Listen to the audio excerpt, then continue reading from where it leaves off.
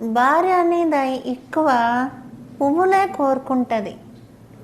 అది ఎంతగా అంటే మన పూర్వీకులు భర్త చనిపోతే పువ్వులు పెట్టుకోకుండా చేస్తారు. అదేంటంటే భర్త పైన ప్రేమ, అది దురాచారం కాదు. భర్త కొరకు పుష్పాలు పెట్టుకొని భర్త పోయాక అది వాళ్ళకి వదిలేయడం. ఉదాహరణ, కాణిపాకలో వినాయకుడికి ఇష్టమైన వదిలేస్తారు. భర్తే దైవం కదా స్త్రీకి. ఆనాడు చీకటి రోజుల్లో తనకు తోడున్నందుకు ఆయన పోయినాక ఆయన పేరు మీద పువ్వులు వదులుతారు.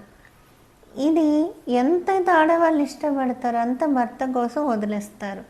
ఈ రోజుల్లో కాస్త ఏంటంటే సమాజం మారింది కాబట్టి మనసులో భర్త పోయాడనున్న ఆయన కోసం పువ్వులు వదిలినా కొంచెం కొంచెం పెట్టుకుంటారు. కానీ పువ్వులు అనే సహజంగా ప్రేమకు వదులుతారు తప్ప దురాచారం కాదు. Subscribe please. జై పైడి మాంబ.